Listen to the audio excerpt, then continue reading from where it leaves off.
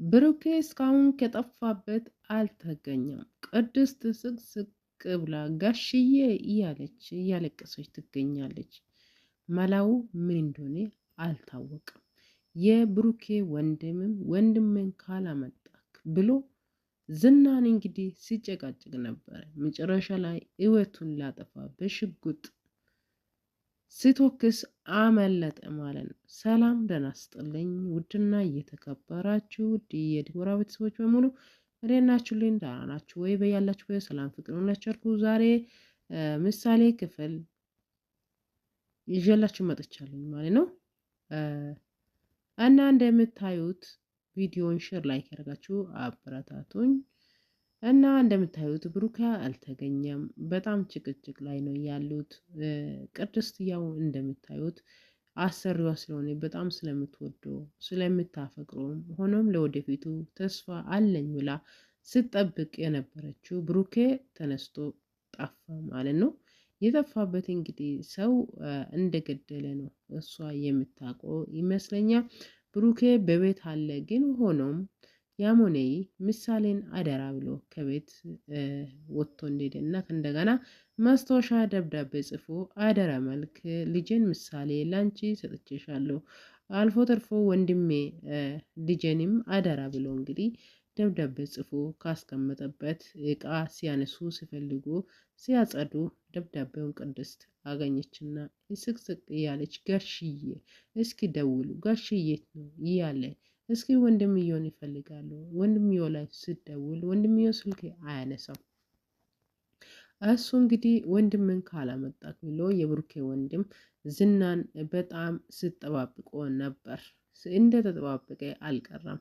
ዝናም በመሃል መጣ። ከዝና ጋር እንግዲህ አይን ላይን ተገጣጠሙ ማለት ነው። እንደ ተገጣጠሙ አሁንም ዝና ወንድምን ካላመጣክ ብሎ ሲያፋጥጥ ስማ ትሰማኛለህ? ወንድሜም ሆነ አንተንም ምንም ማቆን ነገር የለም አላቅም እያለ ዝናም እየተናገረ ነበር። አይናውንም ቢሆን ወንድሜ ብሩኬን ካላመጣክ እወቴን እንደማጠፋ ይወቅ አለና እሱም አስፈራራ። አንተ ምንድነው እንደዚህ የምትሰራ? በቀደም ለምንድነው ያልተወከስከው? ለምን ሳትወከስ ሳትመጣኝ ወይም ሳትገለኝ ሄድክ? ብሎ ዝና እንግዲህ ደፍሮ ተናገር። ስማኝ እኔ መቼም ሞትም ሆነ ምንም አልፈራም። የመጣው ነገር ይቀበላል። ወንድ ልጅ ሴት እኔ እንደናንተ ቦቅቧቃ ወንድ መሰልኳችሁ እንደ አለና ተናገረ ማለት ነው። እሱን አሁን እንታያለን። ግንባር አባቴክ ላይ ስትወክስ በዛን ሰዓት ታወራዋለህ አለና እንዲህ በምናገርበት ሰዓት ሮጦ እንግዲህ ዝናው አመለጠ ማለት ነው። ምክንያቱም ሞትን አልፈራም እናንተንም አልፈራም ብሎ እያለ የነበረው ዝና ያው ሞትን ስለምፈራ ሮጦ አመለጠ ማለት ነው። ከዛም በመሃል ማይለትና ዝና በመሃል ተገናኙ ማለት ነው። እንደተገናኙ ማይለት በጣም ደስ ብሏታል። ዝናም ሽክ ብሎ ነው እንግዲህ አብሮ ካፌ የተገናኙት። አንቺ ምን አባሽ ምንድነው? ምን ተገኝቶ ነው እንደዚህ የምትገላፈጪው? እኔ እንደዚህ አይነት ሴት አይመቸኝም ብሎ ዝና ተናገረ። ያኔ በእናትህ ዛሬ ደስተኛ ደስ ብሎኛል እያለች እንግዲህ ከእሱ ጋር ስትስቅ ነበር። እሱም እንደምታዩት ስድቡ ያው ቅስሟን ግሽ ልጥልጥ እያለ ነው እንግዲህ እሱ ምሳደበው። ሲሳደብ ደግሞ እሷ አንዳንዴ ኮስተር ትላለች፣ አንዳንዴ ምንም አይመስላትም ማይለት። ምክንያቱም ጸባዩን ስለለመደች ኃይለኛም ነው።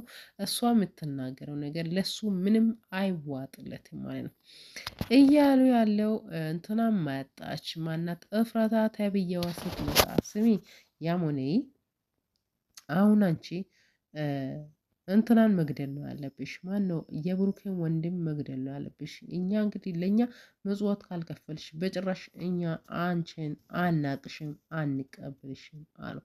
በመሀል ቁጥር አድርጎ የሆነ መድኃኒት ሰጠ። ምክንያቱም ከቤቷ ስመጣ እና ቁጭ ብል ብላ እንግዳ ተቀባይ ሆና ቢራ እንግዲህ አማረጥ ብለዋለች። የትኛውን ትጠጣለህ? ይሄኛው ነው ይሄን ትጠጣለህ? አይ ይሄን እጠጣለሁ ብሎ እሱም ተናገረ። እሷም እንግዲህ እየተንቀጣቀጠች የተሰጣትን መድኃኒት በብርጭቆ ጭምር አድርጋ እሱም በጎንበስ ብሎ በቀዳዳ እያየ ነበር። መቼም አልበላ እሱም ተጠራጥሯል። ሲጀመር ጠንቀቅ ማለት ይጠነቀቃል ማለት ነው።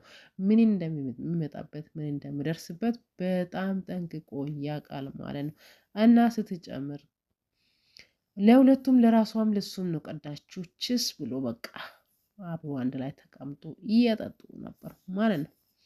በመሃል ዳጣ እንግዲህ ማናት ቅድስት ዳጣ በእናትሽ ነይ ነይ ፈርቻለሁ ብቻ ሊሆን አልችልም ጋሽዬ የት እንዳለ አላቅም ይሁን ደብዳቤ አግኝቻለሁ በእናትሽ ነይ አለችና ዳጣ ካለችበት ጠርታ እንግዲህ ወደ ቤት አስገባች። ስትመጣ ተቃቅፎ ተለቃቀሱ ማለት ነው። ይህ ሁሉ ሲደረግ ብሩኬ እንደጠፋ ምሳሌ እንግዲህ አባትየው የት እንደሄደች አታውቅም። ምክንያቱም ውጭ ሀገር እንደሄደ ነው እንጂ የምታውቀው ወይም በህይወት ወይም እንደሞተ ምንም ነገር የምታውቀውን ነገር የለም። እና ቅድስት እንደምታዩት ስትነፋረቅ ነበረ እና ዳጣ እንደምታዩት ግደለሽና ኧረ እባክሽ አንቺ አታልቅሽ፣ በማልቀስ ምንም የሚሆን ነገር መላ የምፈጠር ነገር የለምና አቦ ዛና በይ አታልቅሽ አለችና ያው እንግዲህ አብሮ ቅዱስ ብቻውን ስለሆነ አብሮ አንድ ቤት ውስጥ ለማደር እንግዲህ ሲወስኑ ነበር። ሉላና ሞገስ እንግዲህ እንደምታዩት አንድ አልጋ እንግዲህ አንሶላ እየገፈፉ ይገኛሉ። እንደምታዩት ከቤት አትውጣ ትለዋለች። ሞገስ ደግሞ እኔ የብሩኬ ወንድም እሱ ነው፣ ማንም ሰው ስለሌለ እኔ ነኝ አጠገቡ እያለው ማንም ወዳጅ አዝማድ ስለሌለ እኔ አጠገቡ መሆን አለብኝ። ስለዚህ አትፍሪ፣ ዘና ብለሽ ተቀመጪ ብሎ ከቤት ወጣ። ከቤት ሲወጣ እሷ አሁንም ቢሆን ተንቆራጠጠች ማለት ነው። ይሄኔ ወይም ማለት ዝናን እንግዲህ እሱ ማለት ሙጅርም ነው፣ በጣም ተንኮለኛ ነው፣ የሰው ጅብ ነው እና እሱ ካገኘ ይገላዋል እንጂ አይታምናለች። እና እሷም እንደ ድንገት ዳጣ ጋ ደወለች። ስትደውል ስልኩ ማለት አንስታ አወራች። ማነሽ ምናምን ኧረ እኔ በእናትሽ ሉላ ነኝ እና በእናትሽ እኔ እንትናን ጠብቂው ማን ነው አትውጣ ያልከው እያልኩት ወጥቷል እና ያ ጅቡ ክፉ ዝና ተብዬው ካገኘ የሰው ህይወት ስለማይምር እባክሽን ካገኘሽ ንገሪ ወይም ወደ ቤት ሂድ ብለሽ ላክ ብላ ነገረችው። እሺ ችግር የለም አለችና ዳጣም ስልክ አውርታ ዘጋች ማለት ነው። በመሃል እንደዚህ ያልዋለው አሁን ዝና እንግዲህ እንደምታዩት እየሮጠ ነበረ። ሮጦ የራሱ መኪና መንገድ ላይ ቆሞ ነበር። እንግዲህ የራሱ ይሁን የሰው መኪና ይሁን አናውቅምና ሮጦ አመልጦ ማለት ነው። መኪና ውስጥ ገብቶ ያው መኪና በነዶ ባነሳበት ሰዓት ላይ የብሩኬ ወንድም መጣና ቆም ቆም ቆም አለና ጀርባው ላይ እንግዲህ ተወከሰ ማለት ነው። እንደተወከሰ አላገኘውም ጥይት ማለት ነው። አመለጠ እያሉ አሁንም እንግዲህ እንትናና ማናውት ማህሌትና እፍራታ በጣም ከውጭ ማህሌት ስትመጣ በቃ አለ አይደለ የደስታ ዘፈን እየዘፈነች እየመጣች ነበር። እፍራታ ደግሞ ዛሬ ደግሞ ምን ነው እንደዚህ የምትገላፍጭ? ምን አገኘሽ? ዝናው ደግሞ ምን አደረገሽ? ስትል ዝና እንደሚታየው ምንም የሚያደርግሽ ነገር የለም። እኔ እስከማውቀው ድረስ አንቺን ምችልጥጥ አድርጎ ሲሳደብ እና ቆለሽን ሲገፍ ነው የማውቀው እንጂ ምንም አንድ ቀን ሲያስደስትሽ አይቼ አላቅም አለችና እሷን ቆሌዋን ገፈፈችላት ማለት ነው። ዝና ማለት ምንም ማድረግ ብቻ ሳይሆን እንትኑ ራሱ ግርማ ሞገስነቱ ራሱ ለእኔ በቂ ነው አለችው ማለት ነው። ስለዚህ ቅድም ማናት እፍራታችን ተናገረች እና ጥቅልል ብላ ተኛች። እሷም ስልክ የተደውልላት ነበረ ማይለት ላይ ማለት ነው። እንግዲህ የት ደረሽ የሚባለው ነገር ዝናው ደወለ። እኔ አለው ቤት ገብቻለሁ እያለች ስትናገር ነበር። በመሃል ያው ሞገስ የት እንደደረሰ ከቤት እንደወጣች ማናት ሉላ ተናገረች። እንዴ በዚህን ሰዓት የት ነው የሚወጣው? መሽቷል እኮ እንዴት ይወጣል? አለች እና ማነት እንትና ያው ጎዳና ተዳዳሪ በመሆኑ አንፃር ውጪ ወጣ አለችና ያው አትፈራም አይደል? ሞገስን ለማየት ከቤት ወጣች፣ አየች፣ አሁንም አልተገኘም። በመሃል ብቻውን እንግዲህ መንገድ ላይ እየዞረ ስልክ እያወራ ነበረ። እባክሽ ሉላ አንቺ አርፈሽ ተቀመጪ እኔ አለው ምንም የደረሰብኝ ነገር የለም ብሎ እንግዲህ መጽናኛ ተናገረ። ሉላ እንግዲህ እንቅልፍ አጣች፣ ብቻም አይደለም ከበዳት፣ እንደገና ሀሳብ ያዛት ማለት ነው። እንግዲህ ባሏ አይደለ ምናልባት ዝና ካገኘ ድራሹን ስለሚያጠፋ ፈርታ ነው እንግዲህ ሁሉ ሉላ እንትን የምትለው ማለት ነው።